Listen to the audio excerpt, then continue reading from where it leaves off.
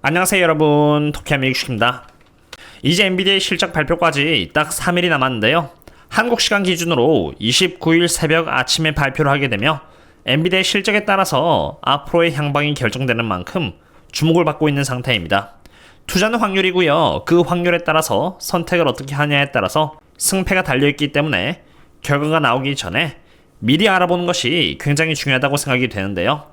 그렇기 때문에 후행 분석보다는 미리 숙제를 통해서 선행 분석을 해서 저는 어떻게 엔비디아를 바라보고 있으며 어떠한 대응을 하고자 하는지 한번 알아보고자 합니다. 시작하기 전에 S&P 500에 있어서 우연인지 아닌지 모르겠지만 특이점을 알게 된 만큼 공유를 드리고자 하는데요. 우선 가장 먼저 제가 하락 시그널이 발생했다는 영상을 이렇게 며칠 전에 올렸는데, 제가 이러한 분석 영상을 올린 이유는 기술적 관점에서 하락 시그널 중 하나인 여기 bearish engulfing 패턴과 함께 이렇게 목요일날 장대봉이 나왔고요. 그와 동시에 상승 추세로부터 벗어났기 때문입니다. 물론 차트뿐만이 아니라 국채금리라던가 미국 달러를 엔화로 나눈 옌 캐리 트레이딩의 환수 등 여러가지 펀더멘털적인 이유도 있지만 시그널 측면에서 이런 부분이 제일 직관적이라고 할 수 있는데요.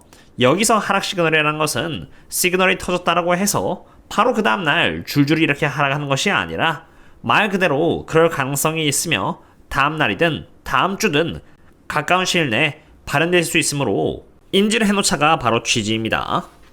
우선 24년 8월 22일 목요일 장대봉이 나왔고요. 그 다음날 이렇게 바로 어느정도 반등을 했는데 아직 여기 이 지난 부분을 전부 다 잡아먹어버리는 bearish engulfing 패턴이 완전히 부서지지 않았기 때문에 하방 압력은 무효화되지 않았다고 생각되는 가운데, 제가 알게 된 특이점은 사실 이러한 부분들이 과거에도 굉장히 많이 비슷하게 나왔다는 것입니다. 저는 매번 여기 이렇게 bearish engulfing 패턴들을 저희 멤버십 분들께 사전적으로 공유를 드려서 리스크 관리에 도움을 드려 왔는데요. 첫 번째 예시로 23년 7월 27일 목요일날 이렇게 bearish engulfing 패턴이 발현이 되면서 이렇게 지난 상승분들을 다 먹어치웠고, 그 다음날인 금요일날 이렇게 약간 반등을 했다가 결국 그 다음주 이렇게 수요일을 시작으로 해서 본격적인 하락 패턴이 시작이 되었다는 것을 이렇게 볼 수가 있습니다. 이것은 바로 첫 번째 예시고요. 두 번째 예시는 24년 4월 4일 마찬가지로 또 이렇게 목요일로 이때도 이렇게 bearish engulfing 패턴이 잡혔는데, 그 다음날인 금요일날 이렇게 반등이 보다시피 나왔고요. 며칠 동안 상승 하락 등의 횡보를 하다가 그 다음 주인 금요일을 시작으로 해서 하락 시그널에 따라서 이렇게 쭉 하락을 하였습니다. 그리고 24년 5월 23일 목요일도 마찬가지로 이렇게 bearish engulfing 패턴이 세 번째로 발동이 되었고, 그 다음날인 금요일날 이렇게 살짝 반등을 했다가 그 다음 주를 시작으로 해서 이렇게 하방물력을 받은 것이 세 번째이고요. 여기 24년 7월 11일 목요일도 마찬가지로 bearish engulfing 패턴이 잡혔고, 그 다음날인 금요일날 반등을 했다가 그 다음주에 계속 상승을 하면서 하락 패턴이 깨진 듯 하더니 결국 그 다음주인 수요일을 시작으로 가파른 하락이 하락 패턴에 따라서 나오게 되었습니다. 그리고 지금 현재도 마찬가지로 bearish engulfing 패턴이 바로 목요일날 나왔고, 이렇게 금요일날 반등을 하면서 하락에 대한 부분은 잊혀졌으며, 이제 그 다음 주인 바로 이번 주 목요일 아침 엔비디아 실적 발표에 따라서 S&P 500이 이러한 하락 패턴에 따라서 하락할지 말지 앞두고 있는 상황으로, 저는 이러한 부분들이 우연인지 아닌지 모르겠지만 우선 하나같이 전부 다 목요일날 bearish engulfing 패턴이 나왔고, 하나같이 금요일날 반등이 전부 동일하게 나왔으며, 그 다음 주를 시작으로 약 수요일쯤을 시작으로 하나같이 하락 패턴에 따라서 조정이 나왔다는 것입니다. 이러한 패턴이 엔비디아가 실적을 발표했을 때 하락을 의미하는지는 저도 모릅니다. 저는 최대한 지금 존재하는 데이터를 기준으로 확률적으로 투자를 해왔고, 이런 패턴 또한 하나의 리스크 요소가 될 수 있기 때문에 미리 선행적으로 분석을 해서 공유를 드리고자 합니다. 지금까지는 제가 차트에 기술적 분석을 해봤는데요. 이번에는 엔비디아의 펀더멘털을 중심적으로 한번 바라보고자 합니다. 우선 엔비디아의 실적 측면에서 바라봐야 하는 지표는 피스컬 기준으로 25년 2분기이고요. 지금 시장이 기대하고 있는 어닝 per share는 여기 이렇게 0.65달러로 지난해 동분기 대비해서 140%의 성장률이고 매출액은 28.7빌리언 달러로 지난해 동분기 대비 113%의 성장률이며 특히나 매출액에서도 여기 데이터 센터는 25빌리언 달러로 지난해 동분기 대비 142%의 성장률을 기록할 것으로 컨센이 잡혀있는 상태입니다. 이러한 가운데 가이던스의 경우는 earning per share는 0.71달러로 77%의 성장률을 그리고 있는 상태이고요. 매출액은 31.7빌리언 달러로 75.40%의 성장률을, 그리고 데이터 센터의 경우는 27.6빌리언 달러로 90.59%의 성장률 가이던스가 기대되고 있는 상태임을 볼 수 있는 것입니다. 이러한 실적과 가이던스를 엔비디아가 충족시킬지는 모르겠지만 엔비디아는 이미 고평가를 받고 있기 때문에 반드시 컨센과 가이던스를 돌파해줘야만 하는데요. 적어도 제가 할 수 있는 것은 과거부터 지금까지의 추세를 통해서 확률적으로의 가능성을 알아보는 것입니다.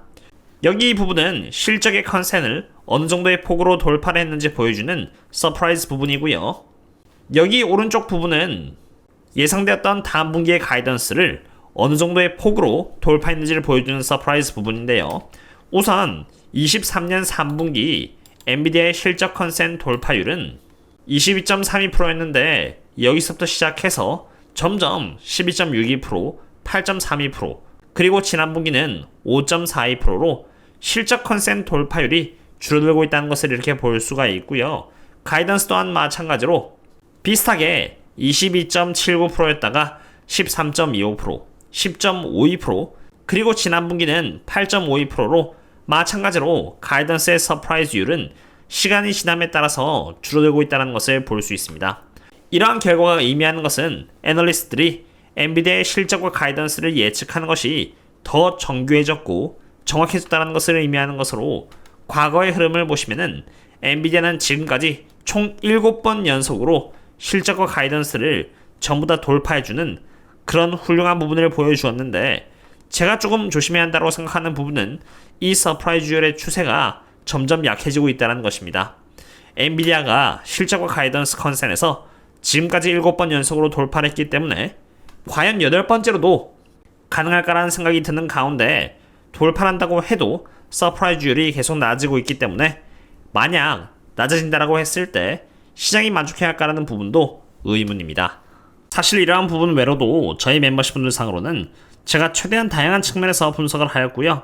이러한 부분 중에서도 특별히 봐야 하는 부분은 바로 엔비디아의 밸류에이션인 PS 멀티플과 매출 성장률 간의 상관관계라는 것입니다. 우선 주황색이 바로 엔비디아의 PS 멀티플로 여기서 분자에 있는 이 P가 시가총액을 의미하기 때문에 주가의 흐름과 흡사하다고 보시면 될 것 같고요. 파란색은 매출 성장률인데요. 이 두 개의 지표 간의 상관관계를 잘 보시면은 성장률이 올라가면은 밸류에이션이 오르면서 주가도 올라가고 반대로 매출 성장률이 이렇게 떨어지면은 주가 또한 이렇게 하방력을 받는다는 것을 볼 수 있는데 최근 들어서 매출 성장률이 이렇게 떨어지고 있으며 그에 따라서 엔비디아의 PS 멀티플인 여기 21.4배가 과연 적정한지에 대한 궁금증이 제시되고 있다는 것입니다.